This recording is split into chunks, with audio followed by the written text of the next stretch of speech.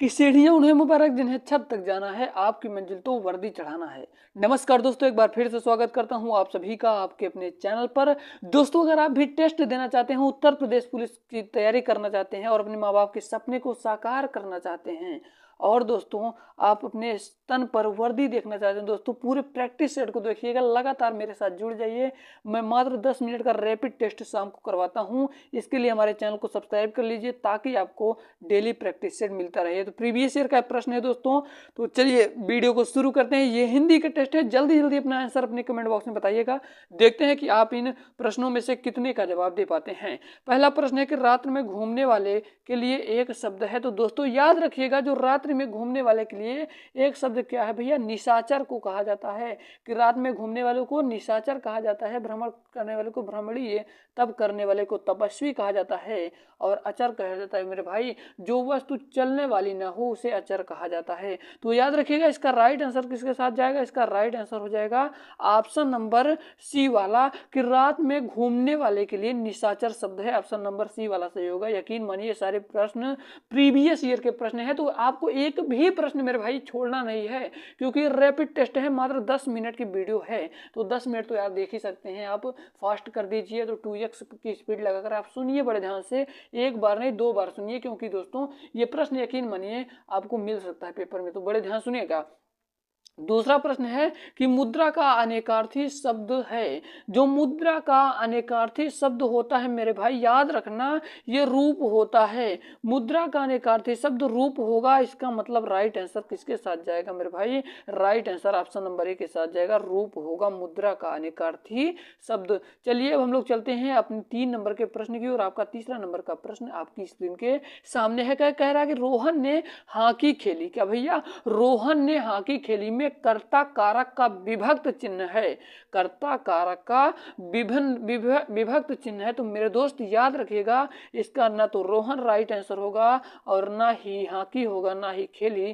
तो इसका right answer किसके साथ जाएगा मेरे भाई, ने के साथ जाएगा। क्या कि रोहन ने हॉकी खेली में कर्ता कारक का विभक्त चिन्ह ने है। इसका मतलब right answer option number B वाला होगा। चलिए अब हम लोग चलते हैं अपने अगले प्रश्न की ओर। 4 नंबर का प्रश्न आपकी स्क्रीन के सामने है।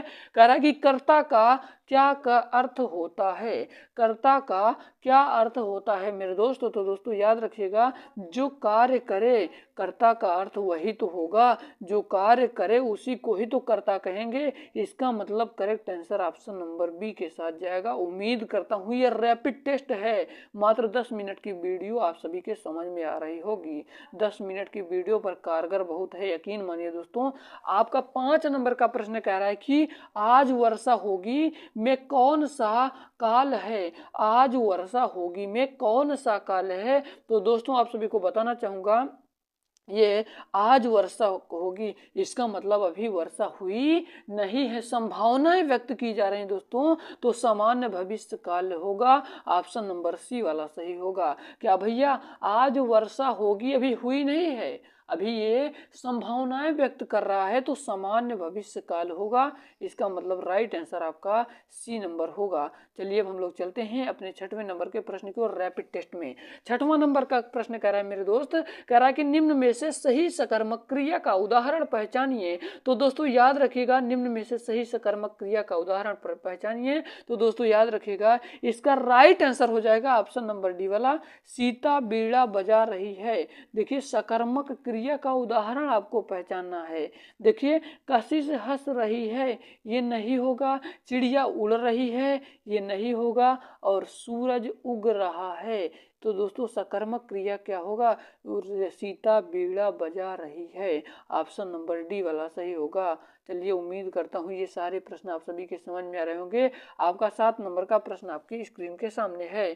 कह रहा है कि साम्राज्ञी का सही पुल्लिंग शब्द है। सामग्री का सही पुल्लिंग शब्द है। तो दोस्तों याद रखिएगा, सामग्री का सही पुल्लिंग शब्द क्या होगा मेरे भाई, सामग्री का सही पुल्लिंग शब्द सम्राट होगा। यानी कि इसका राइट आंसर जाएगा ऑप्शन नंबर किसके साथ, ऑप्शन नंबर सी के साथ जाएगा, कि सामग्री का सही पुल्लिंग सम्राट होगा। चलिए हम लोग चलते हैं अपने अगले प्रश्न की ओर। रैपिड टेस्ट का 8वां नंबर प्रश्न है, जल्दी जल्दी इसका आंसर बताइए मेरे भाई। कह रहा है कि चिड़िया का बहुवचन है, तो चिड़िया का बहुवचन है तो चिड़िया का बहुवचन क्या होगा दोस्तों, जल्दी से इसका आंसर बताइए। तो कुछ लोग तो लगा देंगे, कुछ लोग लगा देंगे कि क्या लगाएंगे, कुछ लोग लगाएंगे चिड़ियाएं, और कुछ लोग लगा देंगे चिड़ियों, और कुछ लोग लगा देंगे चिड़ा, परंतु ये तीनों ऑप्शन गलत है। इसका मतलब राइट आंसर आपके किसके साथ जाएगा, राइट आंसर जाएगा मेरे भाई चिड़िया होगा। चिड़िया का बहुवचन क्या होगा, चिड़िया होगा, ऑप्शन नंबर ए वाला सही होगा। उम्मीद करता हूं एक एक प्रश्न आप सभी के समझ में आ रहे होंगे। चलिए दोस्तों आपका अगला प्रश्न है, आपका अगला प्रश्न 9 नंबर का है दोस्त। कह रहा है कि जो वर्ण स्वर की सहायता से बोले जाएं उन्हें क्या कहा जाता है। जो वर्ण स्वर की सहायता से बोले जाएं मेरे दोस्त उन्हें क्या कहा जाता है। तो दोस्तों याद रखिएगा, जो वर्ण स्वर की सहायता से बोले जाएं उन्हें क्या कहा जाता है। तो उन्हें क्या कहा जाता है, उन्हें व्यंजन कहा जाता है। जो वर्ण स्वर की सहायता से बोले जाएं तो उन्हें क्या कहा जाएगा, उन्हें व्यंजन कहा जाएगा। ऑप्शन नंबर बी वाला सही हो जाएगा। चलिए अब हम लोग चलते हैं रैपिड टेस्ट के 10वें नंबर के प्रश्न की ओर। कह रहा है कि व्यंजन को स्वर रहित दिखाने के लिए किस चिन्ह का उपयोग किया जाता है। तो दोस्तों याद रखिएगा कि व्यंजन को स्वर रहित दिखाने के लिए किस चिन्ह का उपयोग किया जाता है। तो दोस्तों याद रखिएगा कि इसको किसका उपयोग किया जाता है, हलंत का उपयोग किया जाता है। हलंत का उपयोग किया जाता है किसको, व्यंजन को स्वर रहित दिखाने के लिए। ऑप्शन नंबर सी के साथ जाएगा राइट आंसर। आपका अगला प्रश्न आपकी स्क्रीन के सामने है, जल्दी जल्दी इसका आंसर बताएं। रैपिड टेस्ट का 11वां प्रश्न है जो कि प्रीवियस ईयर में आए हुए प्रश्न है। यकीन मानिए, विश्वास रखिए दोस्तों, बचे दिनों में आप लोग पूरा प्रीवियस ईयर को सेट को हल करिए, यकीन मानिए आपकी कामयाबी आपके गले मिल लगेगी। अगला प्रश्न है कि कोई आपसे मिलने आया है, रेखांकित शब्द के आधार पर सर्वनाम का सही भेद पहचानिए। तो सही भेद पहचानना है, कोई आपसे मिलने आया है, क्या है भैया, कोई आपसे मिलने आया है तो रेखांकित शब्द में आधार पर सर्वनाम का सही भेद पहचाने। दोस्तों इसका राइट आंसर हो जाएगा क्या, अनिश्चयवाचक सर्वनाम होगा। अनिश्चयवाचक सर्वनाम, कोई आपसे भैया मिलने आया है, अभी मिला नहीं है, कोई आपसे मिलने आया है, तो इसमें कौन सा होगा, अनिश्चयवाचक सर्वनाम होगा। ऑप्शन नंबर ए वाला सही होगा। हम लोग चलते हैं अपने 12 नंबर के प्रश्न की ओर। रैपिड टेस्ट है, 12 नंबर का प्रश्न है कि अयोध्या सिंह उपाध्याय हरिऔंध की प्रसिद्ध रचना कौन सी है। तो दोस्तों आप सभी को बताना चाहूंगा, ये जो 12 नंबर का प्रश्न है बहुत बार परीक्षाओं में आ चुका है, जो कि बहुत ही ज्यादा महत्वपूर्ण है। दोस्तों याद रखिएगा, अयोध्या सिंह उपाध्याय हरिऔंध की प्रसिद्ध रचना प्रिय प्रवास है। और ये जो झरना है मेरे भाई, झरना को जयशंकर प्रसाद जी ने लिखा था, झरना को जयशंकर प्रसाद जी ने लिखा था। और प्रेम प्रलाप को किसने लिखा था, प्रेम प्रलाप को लिखा था भारतेंदु हरिश्चंद्र जी ने। और अंधा युग धर्मवीर भारती द्वारा लिखी गई रचना है। उम्मीद करता हूं ये सारे प्रश्न आप सभी के समझ में आ रहे होंगे। आपका 13 नंबर का प्रश्न आपकी स्क्रीन के सामने है। कह रहा है कि फणीश्वर नाथ रेणु द्वारा रचित उपन्यास कौन सा है। तो दोस्तों याद रखिएगा, इसका राइट आंसर कौन सा होगा, मैला आंचल है। मैला आंचल है मेरे भाई, मैला आंचल होगा इसका right answer. Option number B वाला सही होगा। अब हम लोग चलते हैं रैपिड टेस्ट के 14वें नंबर के प्रश्न की ओर। कह रहा है कि इनमें से कौन सी मीराबाई द्वारा रचित रचना नहीं है। तो दोस्तों आप सभी को बता दूं कि ये जो प्रश्न है भी बहुत इंपॉर्टेंट है। तो राग गोविंद जो कि मीराबाई द्वारा रचित रचना है, और राग सोरठा ये भी मीराबाई द्वारा रचित रचना है। और दोस्तों इसमें कौन सा नहीं है, तो इसमें याद रखिएगा दोस्तों, ये जो गीत गोविंद है, गीत गोविंद ये मीरा सिंह द्वारा रचित रचना नहीं है। इसका मतलब right answer option number B के साथ जाएगा। आपका 15 नंबर का प्रश्न आपकी स्क्रीन के सामने है। कह रहा है कि माखनलाल चतुर्वेदी को किस रचना के लिए साहित्य अकादमी पुरस्कार दिया गया था। तो दोस्तों याद रखिएगा, साहित्य अकादमी पुरस्कार कब दिया गया था दोस्तों। पहली बात तो माखनलाल चतुर्वेदी को कब दिया गया था, 1945 ईस्वी में दिया गया था। कब दिया गया था, 1945 ईस्वी में दिया गया था। हिम तरंगिनी के किस पर भैया, अकादमी पुरस्कार दिया गया था दोस्तों, किस पर, हीर तरंगिनी पर, ठीक है, साहित्य पर। उम्मीद करता हूं ये सारे प्रश्न आप सभी के प्रश्न समझ में आ रहे होंगे। आपका अगला प्रश्न है, कह रहा है कि सबने उसे बुरा कहा लेकिन वह अच्छा बना रेखांकित शब्दों में सही अवयव का शब्द है। तो दोस्तों याद रखिएगा, इसका राइट आंसर हो जाएगा समुच्चय बोधक अवयव, ऑप्शन नंबर सी वाला सही होगा। अब हम लोग चलते हैं अपने 17 नंबर के प्रश्न की ओर। आपका 17 नंबर का प्रश्न आपकी स्क्रीन के सामने है, जल्दी से इसका आंसर बताइए। कह रहा है कि विद्यालय में बाएं बड़ा सा मैदान है, इस वाक्य का शुद्ध रूप है। तो दोस्तों याद रखिएगा, इसका शुद्ध रूप कौन सा है? इसका right answer option number B वाला हो जाएगा। विद्यालय की बाईं ओर बड़ा सा क्या है? मैदान है, बड़ा सा मैदान है। विद्यालय की बाईं ओर बड़ा सा मैदान है, ऑप्शन नंबर बी वाला इसका सही आंसर हो जाएगा। हमारा 18 नंबर का प्रश्न आपकी स्क्रीन के सामने है। 18 नंबर का प्रश्न है कि जहां छंद में सभी चरण समान होते हैं उसे क्या कहा जाता है मेरे दोस्त? तो उसे क्या कहा जाता है? तो दोस्तों याद रखिएगा, उसको कहा जाता है सममात्रिक छंद। जहां छंद में सभी चरण समान होते हैं उसे सममात्रिक छंद कहा जाता है, ऑप्शन नंबर सी वाला सही होगा। डेली शाम को आप लोग 7 बजे जुड़ जाइएगा, हम आप लोगों के लिए ऐसे ही प्रैक्टिस करवाएंगे, रैपिड टेस्ट मात्र 10 मिनट में, जिससे आपका समय भी बर्बाद नहीं होगा और आप आसानी से प्रैक्टिस भी कर जाएंगे। 19 नंबर का प्रश्न है कि घाट घाट का पानी पीना मुहावरे का अर्थ है।